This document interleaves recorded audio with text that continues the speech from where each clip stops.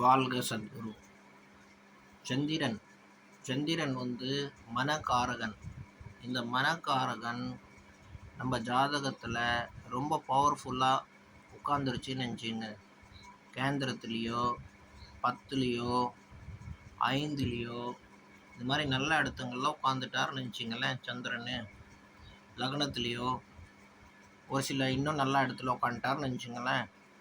இந்த சந்திரன் மூலிமா நம்மளுக்கு என்ன பெனிஃபிட்ஸ் கிடைக்கும்?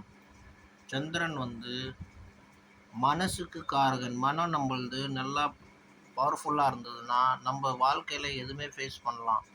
யாரை வேணால் தோக்கடிக்கலாம், யாரை வேணாலும் ஜெயிக்கலாம். என்ன காரணம்னா சந்திரன் மனசை பலம் கொடுக்கக்கூடியவர், ஸ்ட்ரென்த்து கொடுக்கக்கூடியவர். அதே இந்த சந்திரன் கூட செவ்வாய் சேர்ந்துட்டார் நினச்சிங்க. சந்திரனோட செவ்வாய் சேர்ந்தாருன்னா அதுக்கு சந்திர மங்கள யோகம்னு பேர். இந்த சந்திரனோட செவ்வாய் சேர்ந்துட்டாருன்னா அந்த சந்திரனோட பவருக்கு ஃபுல் எனர்ஜி கிடச்சிரும்.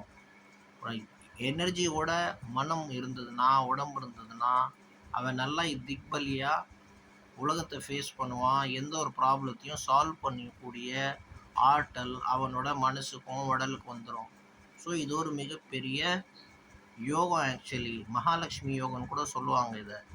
பட் ஜாதகத்தில் இவங்க 2 பேரும் சேர்ந்தாங்கன்னா மனசக்தி ரொம்ப பல 1000 லட்சம் மடங்கு கூடிடும். இது யாரும் சொல்கிறதில்ல.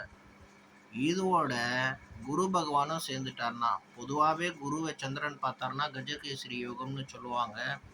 ஒரு சிலர் 7, 10, 4 அப்படின்னு வருவாங்க கான்செப்டுக்கு. பட் பார்த்தாலே கஜகேசரி யோகம்னு சொல்லப்பட்டு இருக்கு. இந்த கஜகேசரி ஒரு மிகப்பெரிய யோகம். இதுலேயும் செவ்வாவும் சேர்ந்துட்டாருன்னா ஆன்மீக சக்தியும் சேர்ந்துடும், ஒழுக்கமும் சேர்ந்துடும். குரு யார்? ஒழுக்கம், டிசிப்ளின். இந்த ஒழுக்கமும் டிசிப்ளினும் சேர்ந்து மனுஷனை உயரத்துக்கு எடுத்துகிட்டு போகும். நல்ல சிந்தனையை கொடுக்கும், நல்ல அறிவை கொடுக்கும். ஏன்னா கூட சந்திரனோட மனசக்தியோட ஒழுக்கமும் சேர்ந்துருச்சு, அறிவும் சேர்ந்துருச்சு, நல்ல விதமான டிசிப்ளினான தாட்ஸும் சேர்ந்துருச்சு. நல்ல தாட்ஸ் கொடுக்குறவர் யாருன்னா குரு பகவான். அதே தான் செவ்வாய் எனர்ஜியை கொடுக்குறவர். எல்லாமே எனர்ஜி சக்தி இல்லைன்னா உடம்புல வேஸ்ட்டு. ஸோ எனர்ஜியை கொடுத்து ஜாதகனை நல்ல வாழ்க்கையில் உயர்த்தி விடுவார். இது ஐபிஎஸ் பெரிய பெரிய